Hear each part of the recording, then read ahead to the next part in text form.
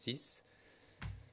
Et je vous fais remarquer que cette requête a été déposée à 9h53 ce matin. Une requête approuvée par vente. Premièrement, la règle 44 du règlement de la Cour n'empêche pas ni les parties ni la Chambre elle-même à nommer un expert qui ne figure pas sur la liste créée et maintenue par le greffe. Deuxièmement, le témoin P583 est un fonctionnaire du bureau du procureur nommé par ce même bureau du procureur au fin de l'instance en tant qu'expert en criminalistique et qui n'est pas impliqué dans des activités d'enquête. Troisièmement, la comparution du témoin P583 en tant que témoin expert n'affecte pas ou ne porte pas préjudice au droit de la défense de contester ses conclusions par le biais de son interrogatoire du témoin ou éventuellement en citant leur propre expert en tant que témoin, si tant est qu'ils en aient nommé un. Par conséquent, la requête de la défense de M. Gbagbo est rejetée et avec un retard de 2h15, nous pouvons par conséquent entamer la déposition du témoin et je vais demander à Madame l'huissière d'audience de bien vouloir faire entrer le témoin. Nous allons par conséquent poursuivre jusqu'à 11h comme à l'accoutumée, puis nous reprendrons le fil normal de nos horaires. Et il convient de garder à l'esprit que nous avons prévu 4 témoins pour cette semaine et que nous devrons terminer ces 4 dépositions d'ici la fin de la semaine. Par conséquent, si le besoin s'en fait ressentir, nous rallongerons nos journées de travail.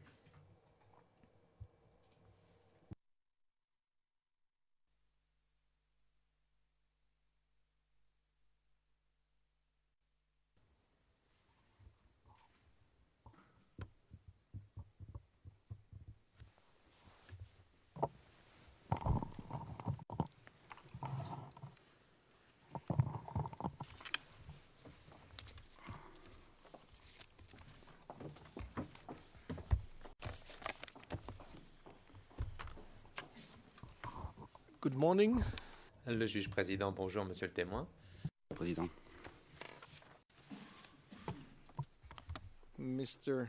Le juge président, monsieur Laroche, je vais vous demander dans un premier temps de bien vouloir décliner votre identité complète, donc votre nom, votre prénom, date de naissance, lieu de naissance, etc., etc.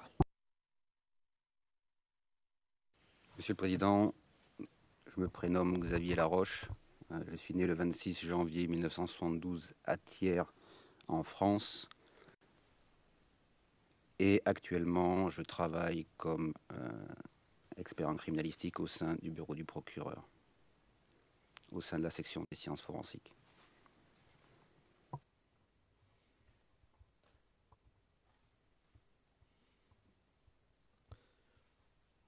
When you say Question, lorsque vous dites actuellement, pourriez-vous nous préciser depuis quand exactement vous travaillez au bureau du procureur? J'ai rejoint le bureau du procureur le 2 février 2015.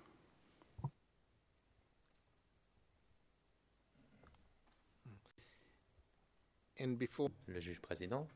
Et avant de rejoindre le bureau du procureur, que faisiez-vous? Où travailliez-vous? Quelle était votre profession? Avant de rejoindre le bureau du procureur, j'étais le coordinateur criminalistique de la division des enquêtes du bureau du procureur au sein du tribunal spécial pour le Liban.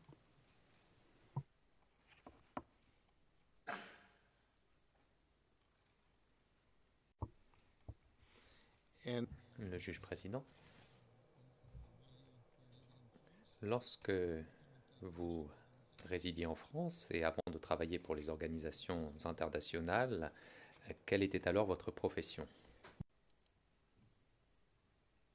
De 2000 à 2006, j'étais chef du département balistique, expert en balistique, expert en criminalistique au sein de l'Institut de recherche criminelle de la Gendarmerie nationale. De 2006 à 2009, le coordinateur criminalistique de la commission d'enquête internationale des Nations Unies à Beyrouth.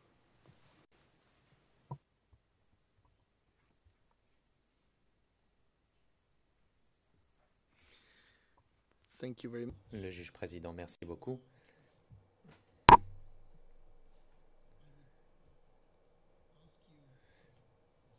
Je vais maintenant vous donner quelques consignes. Vous le savez très bien. Nous avons 2 langues de travail. Je parle anglais, vous parlez français. Vous le savez parfaitement. Nous avons également des interprètes et des sténotypistes à notre disposition. Par conséquent, je vais vous demander de vous exprimer relativement lentement afin de donner le temps à nos collègues et de bien faire leur travail, de consigner par écrit vos propos et de les interpréter. Et cela revêt une grande importance, plus particulièrement lorsque vous allez être interrogé en français, car vous aurez tendance à vouloir répondre immédiatement aux questions et à couper la parole à votre interlocuteur, et nous devons à tout prix éviter ce genre de situation. Donc si je vous fais signe à un moment donné, je vous demanderai de bien vouloir ralentir un petit peu. Merci. Alors bien entendu, vous savez que cette chambre a été établie pour connaître de l'affaire Gbagbo et Blé Goudé. Donc le procureur contre messieurs Gbagbo et Blé Goudé. Et vous êtes ici présent en tant que témoin expert en l'espèce. À ce titre, vous êtes dans l'obligation de dire la vérité, ce que vous avez fait, quelles ont été vos conclusions, etc. Et vous devez dire la vérité quant à votre expertise. Vous devez répondre à toutes les questions que les parties pourront vous poser. Tout d'abord le bureau du procureur, puis la défense. Bien entendu, si vous avez quelques problèmes que ce soit, si vous n'êtes pas à votre aise, eh bien, n'hésitez pas à m'en informer. Nous ferons le nécessaire. Alors, je vous le répète, votre seule obligation consiste à dire la vérité, et à ce titre, je vais vous demander de bien vouloir lire l'engagement solennel que vous avez sous les yeux.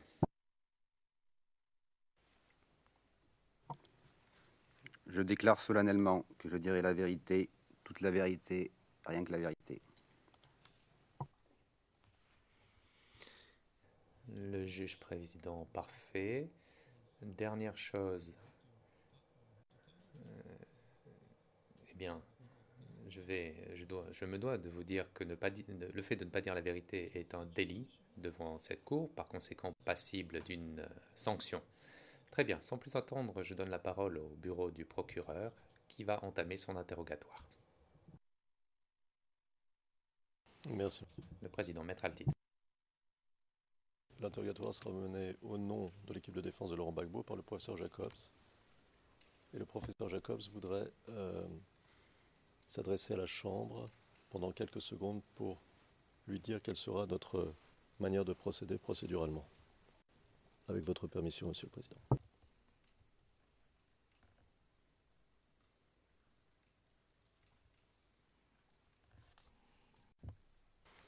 Yes, sir. Monsieur le Président, Madame, Monsieur les juges, comme la défense de Laurent Gbagbo l'avait indiqué dans son filing 356 du 3 décembre 2015, la défense n'accepte pas le fait que ce témoin soit reconnu comme expert sur les sujets sur lesquels portent ses rapports, et donc il nous semblerait normal et pertinent de procéder à une procédure de voir-dire avant de procéder à l'interrogatoire principal. Encore une fois, dès 2015, nous avons indiqué que nous nous opposerions à la reconnaissance de ce témoin comme expert. Donc il nous semble légitime de pouvoir d'abord établir sa compétence avant de procéder au fond de l'interrogatoire. Merci.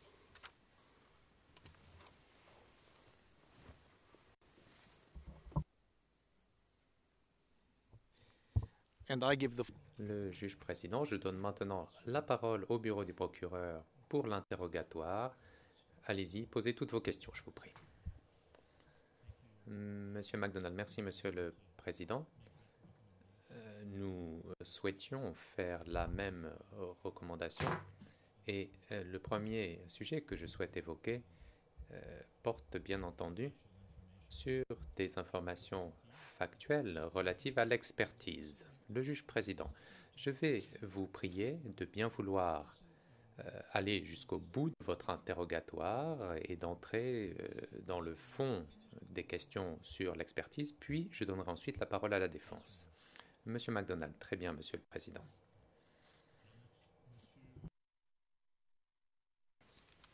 Monsieur le témoin.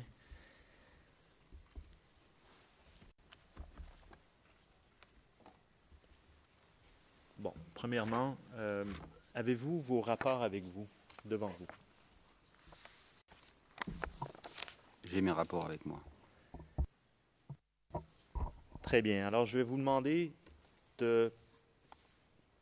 Je vais vous poser certaines questions concernant votre curriculum vitae. Et je vous demanderai donc à cette fin de prendre le rapport du 7 janvier 2016 qui se termine avec les ERN suivantes 0089 1030. L'annexe 3, ou ce qui est indiqué en anglais Attachment Number 3.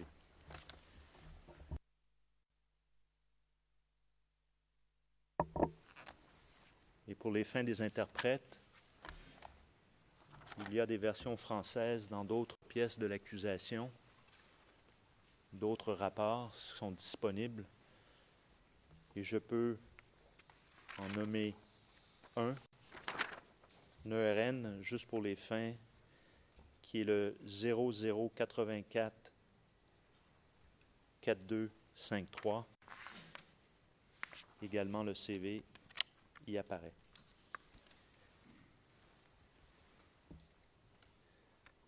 Alors, Monsieur le Président, je demanderai à ce que le CV puisse être soumis au dossier, le 00891094, immédiatement. Et je vais maintenant brièvement revoir les éléments les plus pertinents pour la Chambre. Alors, le CV qui se trouve à la page 00891094 jusqu'à la page, 00891100.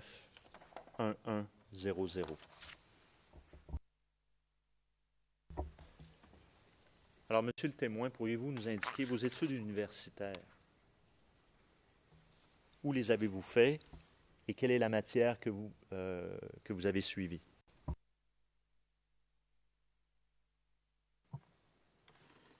Donc, Monsieur le Président, après un baccalauréat scientifique, à l'époque baccalauréat C, j'ai effectué des classes préparatoires aux grandes écoles, mathématiques supérieures et mathématiques spéciales M', à l'issue desquelles j'ai intégré l'école spéciale militaire de Saint-Cyr, de laquelle je suis sorti en 1996 avec un diplôme d'ingénieur, ce qui est dans le CV Master of Science in Engineering. À l'issue, j'ai intégré l'école des officiers de la gendarmerie à Melun, année durant laquelle j'ai passé un diplôme universitaire de droit et de sciences criminelles de la faculté de Sceaux. À l'issue de l'année d'application à l'école des officiers de la gendarmerie,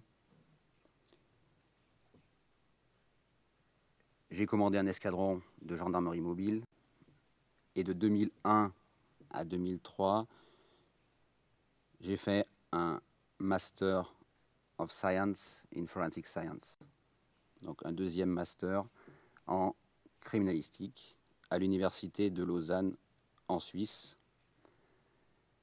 J'ai également, au cours de l'année 2001, effectué à la faculté de Lyon un diplôme universitaire de balistique lésionnelle. Outre ces formations académiques, vous le voyez dans le CV, il y a des diplômes et des certificats plus professionnel et moins académique dans différents domaines de la criminalistique, entre autres la balistique.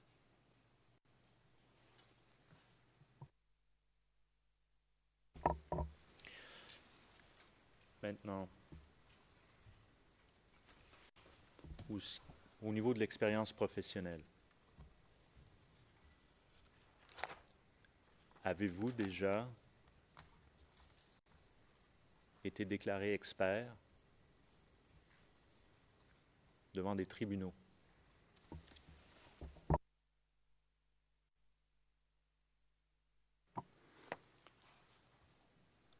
Lorsque j'ai servi en tant qu'expert en balistique à l'Institut de recherche criminelle de la gendarmerie nationale à Paris, j'ai été commis expert par de nombreux magistrats et réalisé, je dirais, une centaine de rapports d'expertise. Commis expert en vertu, il me semble, de l'article 158 du Code de procédure pénale français.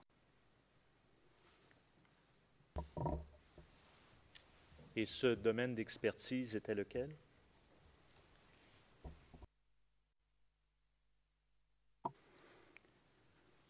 Donc, au niveau de mon domaine d'expertise en France, donc j'étais expert en balistique, et également expert en criminalistique au sein de l'unité nationale d'investigation criminelle, qui en gros s'occupait des investigations de scènes de crime importantes en France.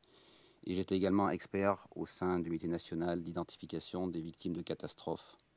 Et j'ai participé à cette occasion à plusieurs opérations d'identification de victimes de catastrophes.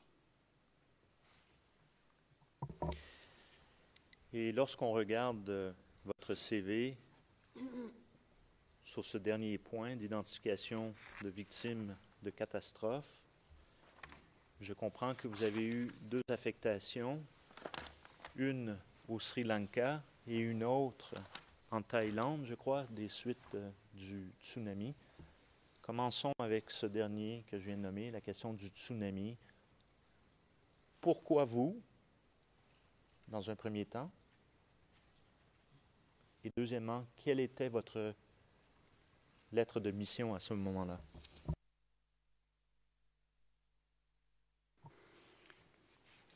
Donc j'ai été envoyé juste après le tsunami à Colombo, Sri Lanka, pour participer à une équipe internationale. Étant donné que, ayant suivi un master de criminalistique à Lausanne, qui m'a permis de me former et d'avoir des connaissances dans d'autres domaines que la balistique et les explosifs, notamment en ADN, empreinte digitale et tous les autres, et beaucoup d'autres domaines de la criminalistique, je présentais je dirais, un profil généraliste au sein de la criminalistique, ce qui me permettait au Sri Lanka d'avoir été déployé rapidement et après en Thaïlande d'avoir été chef des enquêtes pour les cas complexes, puisque j'avais une équipe de plusieurs experts, de mémoire une quinzaine, et notre tâche était d'identifier les enfants victimes du tsunami, c'est-à-dire tout corps qui faisait entre, de mémoire, 50 cm et 1,40 m. J'ai également participé à d'autres identifications de victimes de catastrophes pour des catastrophes aériennes, notamment le vol de la Flash Airlines qui s'est écrasé à Sharm el-Sheikh en Égypte.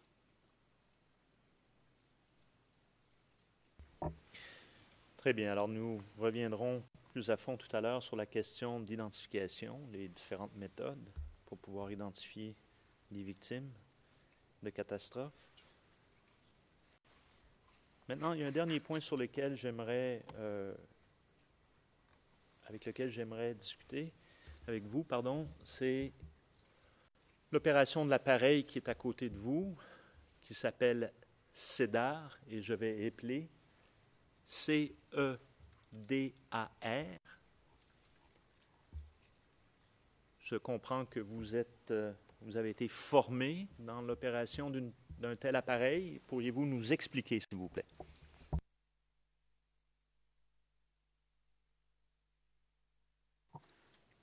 Donc, Monsieur le Président, le système CEDAR est un système d'amélioration audio. C'est un système complet qui permet d'appliquer différents filtres sur le signal audio de manière à pouvoir éliminer certains bruits qui sont gênants pour avoir un signal audio qui soit clairement audible.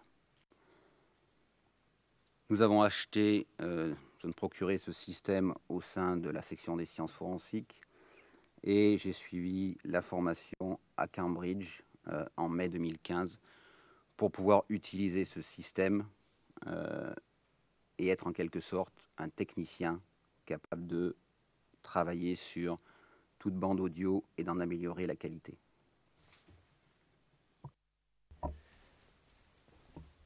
Maintenant, juste pour... nous allons revenir plus en détail. Je comprends que vous avez utilisé cet appareil avec une vidéo qui est soumise au dossier, évidemment, la 0077-0411, si ma mémoire ne me trompe pas. Donc, CEDAR permet de nettoyer de bruit ambiant. Pour les fins de l'application ici dans le présent dossier, est-ce que des filtres ont été nécessaires?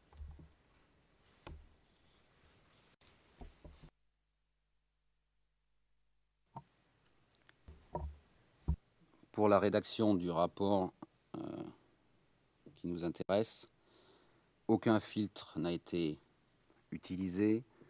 Le système CEDAR a été simplement utilisé afin de permettre une visualisation simultanée de la vidéo et du spectrogramme du signal audio qui était présent sur cette vidéo. D'accord. Donc, vous avez pris la vidéo en tant que telle.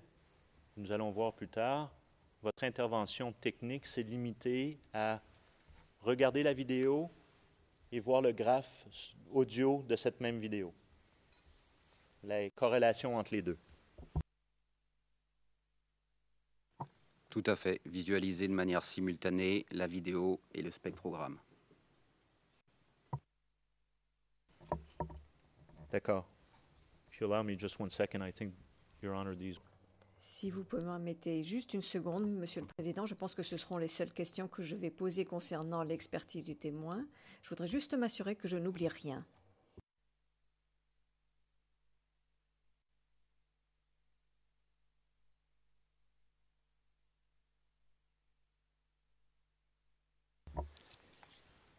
Très bien. Alors, monsieur le témoin, maintenant, j'aimerais passer à travers certains des rapports d'expertise que vous avez produits. Mais avant de ce faire, peut-être juste pour expliquer, pour que la Cour comprenne bien, il y a des lettres de mission dans chacun de vos rapports. Pourriez-vous expliquer à la Chambre c'est quoi une lettre de mission et pourquoi y a-t-il une lettre de mission?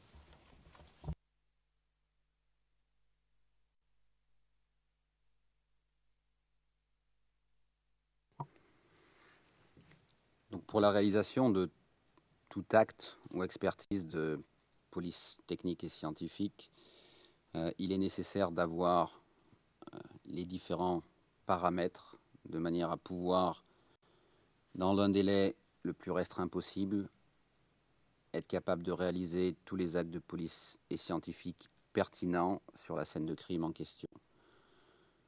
Donc que ce soit au niveau national en France, où l'ordonnance de commission d'experts comportait exactement la mission, ou dans les instances internationales, une lettre de mission est adressée à l'expert afin de lui permettre d'avoir une part des informations et d'avoir un cadre pour savoir quelle est la limite des actes de police scientifique qu'il peut opérer sur le terrain.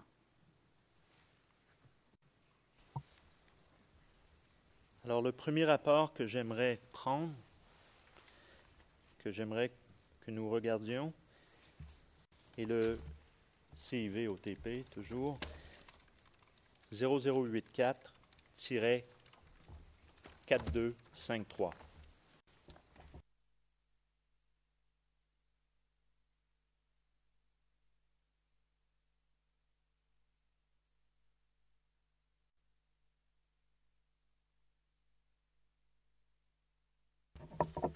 Alors, juste pour les fins de l'enregistrement, la lettre de mission se trouve à la page 0084-4294 à 4295. Alors, avant d'aller plus loin, je vais m'adresser à la Chambre en anglais. Briefly, Your Honor, I'm going to go through. Très brièvement, Monsieur le Président, je vais passer en revue ces rapports un par un, jusqu'au dernier, le plus important, qui porte sur la vidéo. Je ne vais pas procéder par ordre chronologique, en fonction de la date de rédaction ou de l'exécution de la mission, et je vais brièvement passer en revue chacun d'entre eux, sauf le dernier, sur lequel je passerai bien entendu beaucoup plus de temps.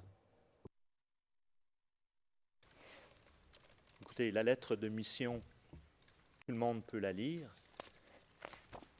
Alors, j'aimerais que vous résumiez, dans vos propres mots, les actes que vous avez exécutés pour la réalisation de ce rapport, s'il vous plaît.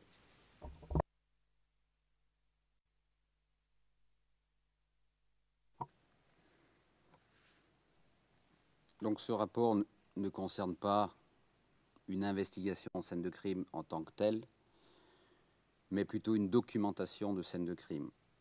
Donc ce que nous avons réalisé comme acte technique sur le carrefour, aux environs du carrefour Djeniko-Bénan à Abidjan, sont des prises de vue photographiques dans la vue de réalisation d'une vue panoramique à 360 degrés, ainsi que des enregistrements vidéo si ma mémoire est bonne. Le but étant de couvrir de manière pertinente la zone qui était concernée pour les faits qui étaient allégés au carrefour de Djeniko-Bénan à Abidjan. Très bien.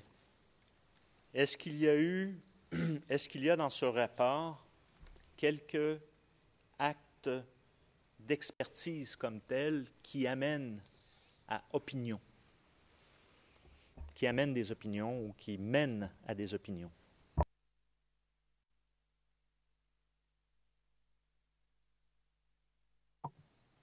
Les actes de police scientifique qui ont été réalisés sont uniquement de l'enregistrement photographique et vidéo.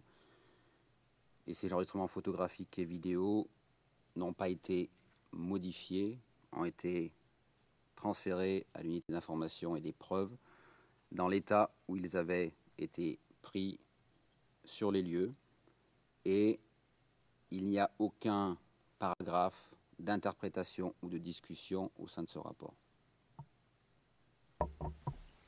Donc, vous avez posé ce qu'on appelle communément des actes techniques.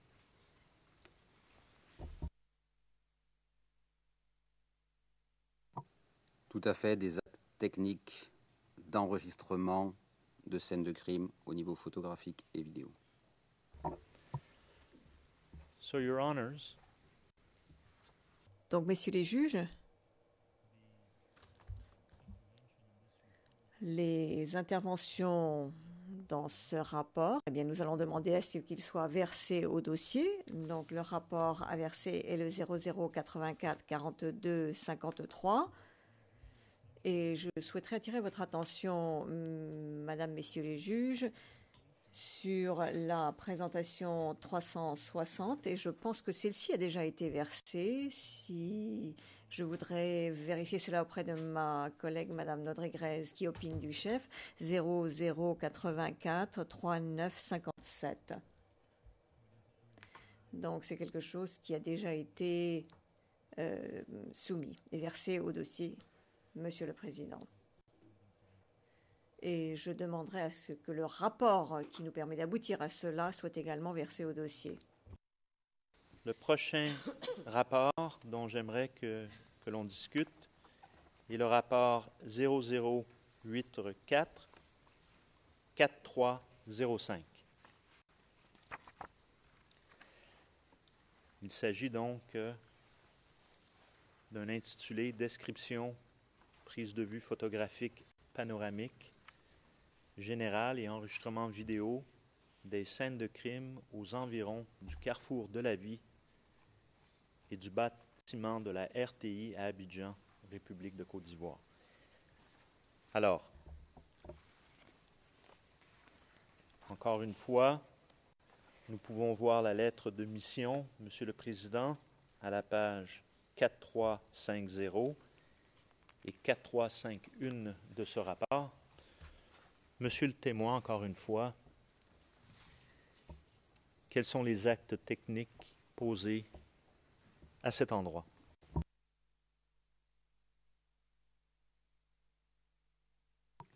Les actes techniques opérés au niveau des environs du carrefour de la vie et de la RTI à Abidjan et présentés dans ce rapport sont strictement les mêmes que le précédent rapport et les actes opérés à Djeniko-Bénin, c'est-à-dire un enregistrement photo et vidéo des différentes scènes de crime, des faits allégés, sans aucune interprétation, quelle qu'elle soit.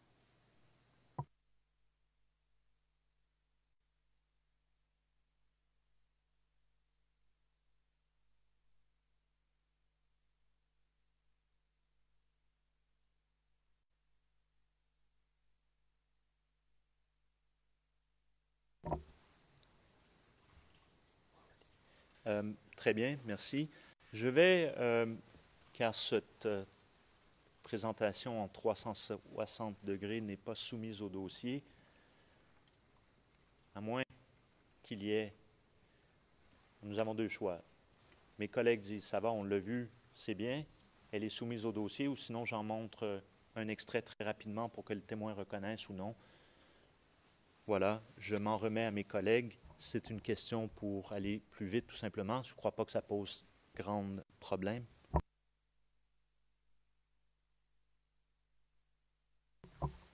Pas d'objection, Monsieur le Président. Thank you. Le Président, merci. Nous n'avons pas d'objection, Monsieur le Président. Très bien. Thank you as well. Le Président, merci également.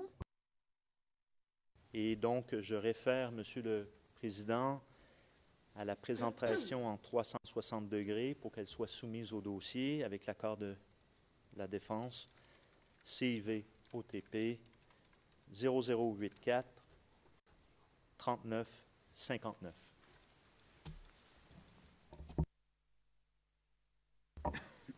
Dernière question par rapport à votre rapport. Ce rapport, donc, il n'y a aucune opinion qui est émise dans ce rapport, Monsieur le témoin?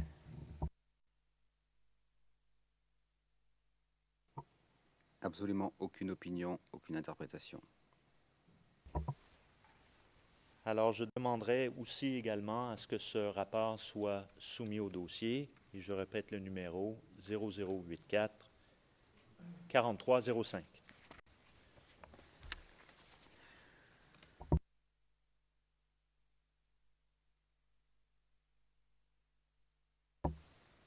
Le prochain rapport dont j'aimerais traiter est le 0084 4361 et je lis description, mesure, croquis, prise de vue photographique panoramique général et enregistrement vidéo de la scène de crime et de ses environs à Abobo, Abidjan, République de Côte d'Ivoire.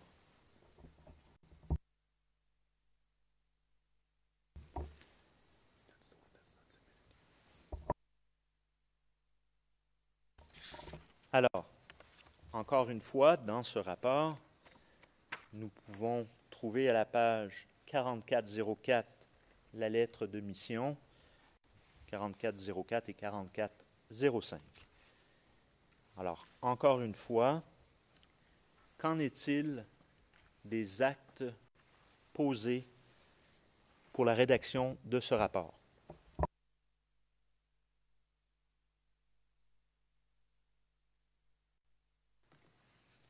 Ce rapport comporte des actes de police scientifique aux environs du carrefour Banco à Abobo, qui sont de 3 types, de même que les 2 précédents rapports qui ont été évoqués, des enregistrements photos dans le but d'une réalisation de panoramique et des enregistrements vidéo. Ce rapport comporte en plus un croquis qui a été réalisé à l'aide d'un laser Leica disto et qui est présenté à la page CIV OTP 0084 43 71. Je tiens à préciser que pour tous ces rapports de documentation de scènes de crime, nous avons utilisé la méthode de panoramique 360 et la de croquis, avec des mesures réalisées à l'aide d'un disto, puisqu'à cette époque, nous ne disposions pas d'un scanner laser 3D que nous avons acquis au courant 2015, qui permet un enregistrement beaucoup plus précis des différentes scènes, ainsi que de reconstituer en 3 dimensions la scène de crime, de créer un modèle 3D, voire une reconstruction interactive de la scène de crime.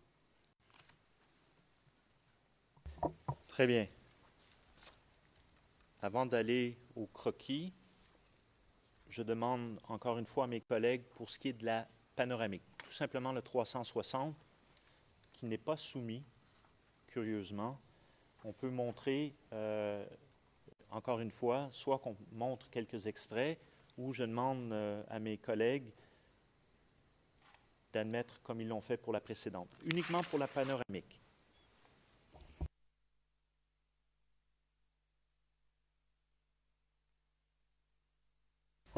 Pas d'objection, Monsieur le Président. Monsieur le Président, nous ne voyons pas d'inconvénient.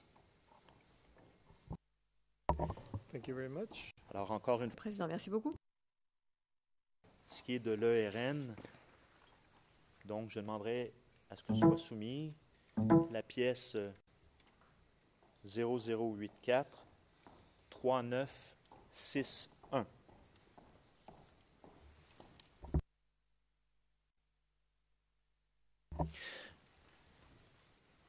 Sur ce dernier point,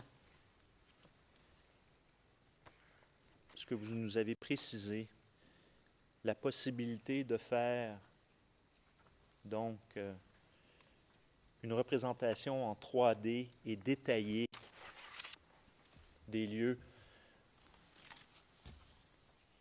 Aujourd'hui même, est-ce qu'il serait possible de faire cette représentation en 3D?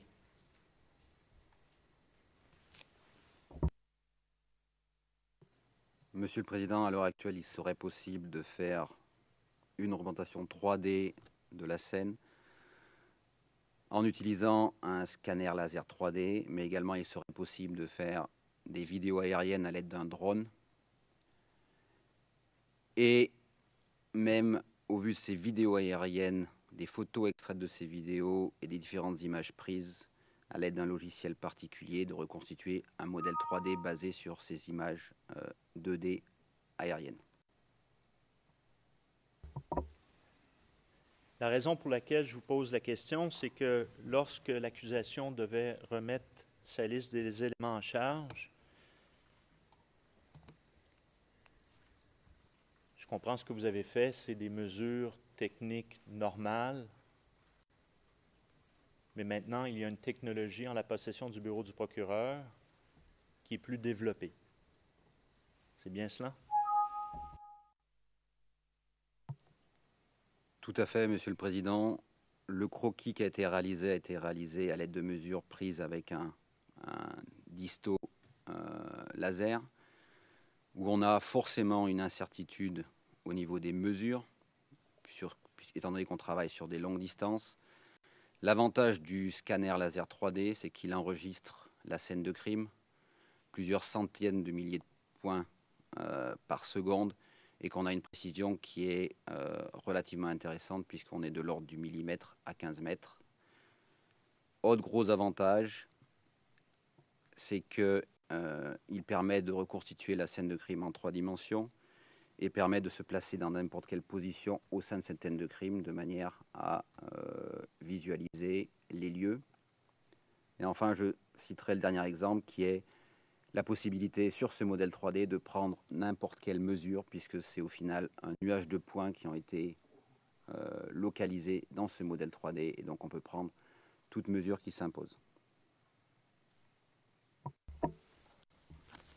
En d'autres mots, il s'agit d'une technologie qui permet de se déplacer sur les lieux sans être obligé de s'y déplacer, ou c'est-à-dire la chambre de se déplacer.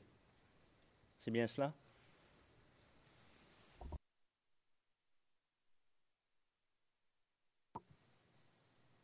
En quelque sorte, oui, par rapport à des panoramiques qui ne permettent que d'avoir une vision panoramique aux différents points où les photographies ont été réalisées.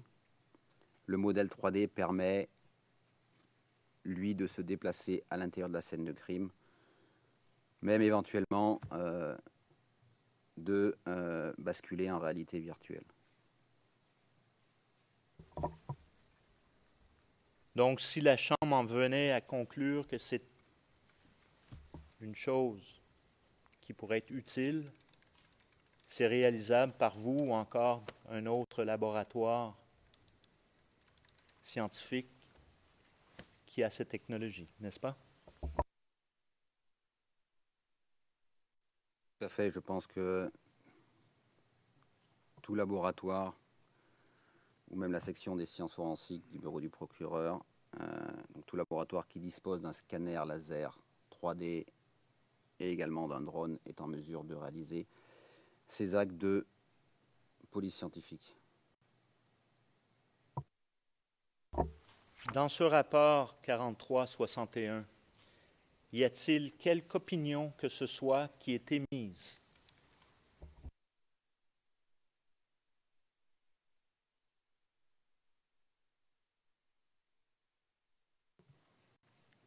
Dans ce rapport, comme dans les 2 précédents rapports, aucune opinion ni interprétation n'est donnée. Seul le croquis est un croquis qui est laissé avec une certaine marge d'erreur, puisque c'est des mesures qui ont été prises sur le terrain, sur des longues distances, et dans des conditions difficiles avec la circulation et les passants. Et juste pour conclure,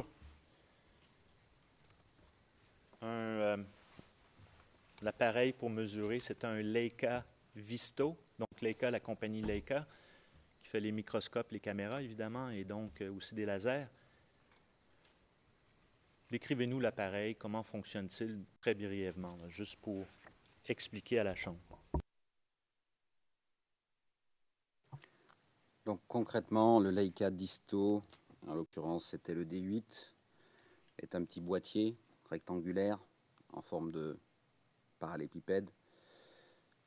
Lorsqu'on émet un signal laser qui va impacter un objet, ce signal laser est réfléchi et est capté par le disto. Selon la vitesse du trajet, le système connaît la vitesse du rayon laser, il arrive à déterminer la distance avec une précision de l'ordre de 0,01 cm, donc en gros de l'ordre du millimètre. Très bien. Alors, je demanderai est-ce que le rapport 0084-4361 soit soumis.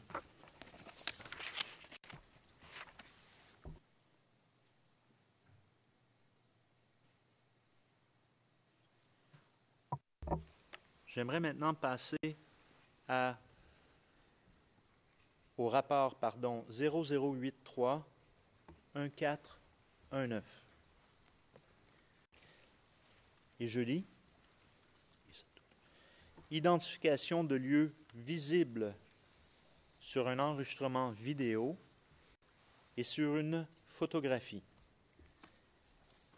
Et donc, je comprends que nous allons, Monsieur le Président, référer à la vidéo 0083-1394 et une photographie que nous retrouvons sur nos pièces, qui est le 0051-2106 et 2107.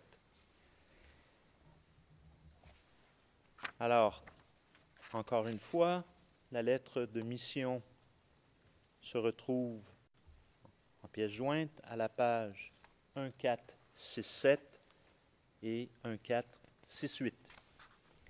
Alors, expliquez-nous, encore une fois,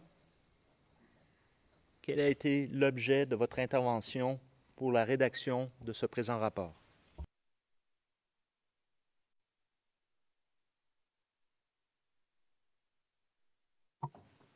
Monsieur le Président, pour la rédaction de ce rapport,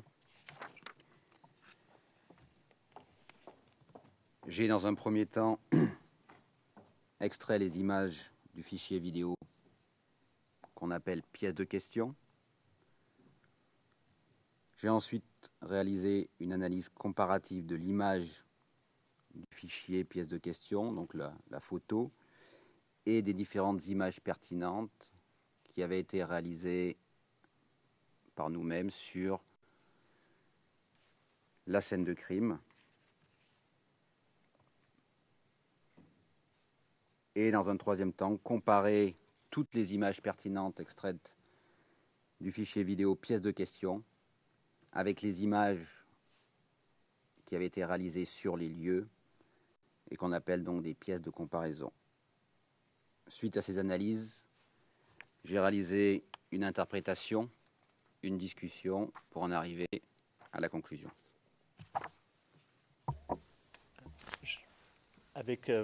Sorry, Your Honor, I'll speak in English.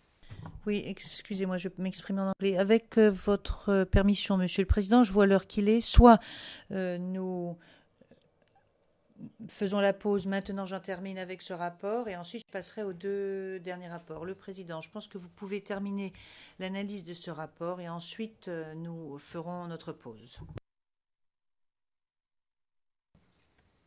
Expliquez-nous donc vos conclusions et comment vous en êtes arrivé à ces conclusions et quel est le domaine d'expertise auquel vous avez fait appel pour en arriver à ces conclusions.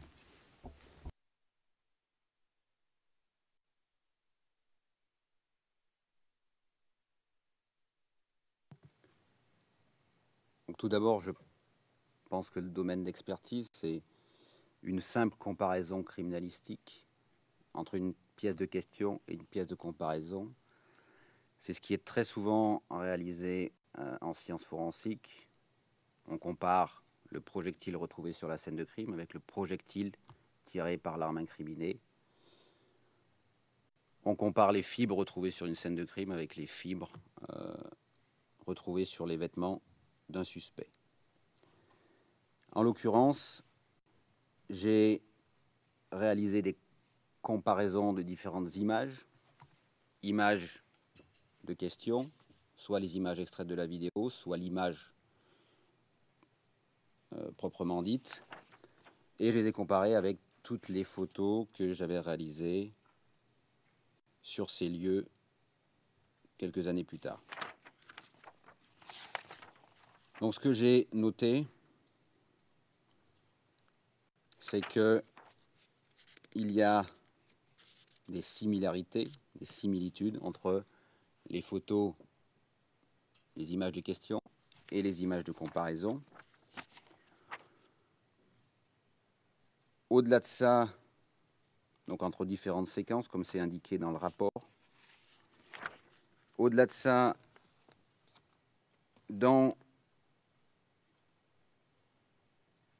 sur les images extraites, la séquence 8.02 à 8.015 du fichier pièces de questions, j'ai vu qu'il y avait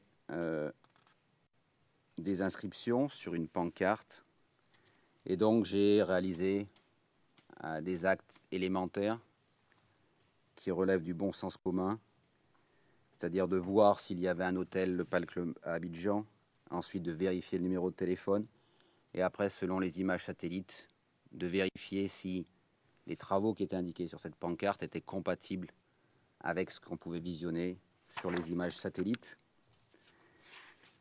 Et j'en suis arrivé à la conclusion que les zones lieux visibles sur les images extraites de la séquence 8.02 à 8.15 du fichier vidéo pièces de questions étaient très vraisemblablement localisées aux environs immédiats de l'hôtel du Palm Club à Abidjan. Donc au final, pour conclure, j'ai localisé les différentes images, photographies des pièces de questions, également la vidéo pièce de questions par rapport aux photos de comparaison des panoramiques qui ont été réalisées en 2015,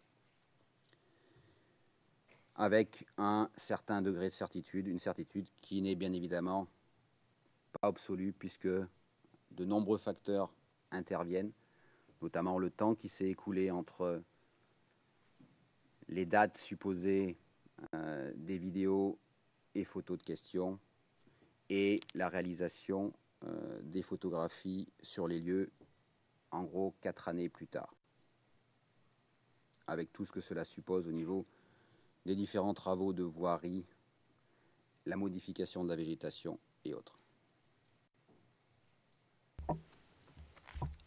Donc, je veux juste revenir sur une chose que vous avez mentionnée, le gros bon sens. Donc, n'importe quelle personne constituée prend cette vidéo, prend les images, et les informations que vous avez dans votre rapport pour voir si effectivement il s'agit des mêmes lieux ou non. C'est pas plus compliqué que ça. Est-ce exact?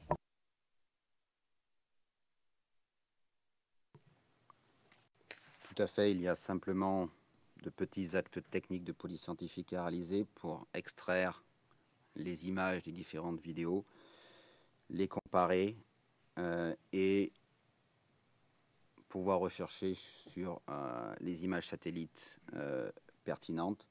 Mais l'interprétation en elle-même est uniquement de la comparaison qui relève, à mon sens, à mon avis, du bon sens commun. Très bien. Alors, Monsieur le Président, je demanderai à ce que le rapport 0083-1419 soit soumis. Et là-dessus, je suggérais que nous prenions la pause pour que je puisse passer au prochain rapport qui sera le 0076-1952.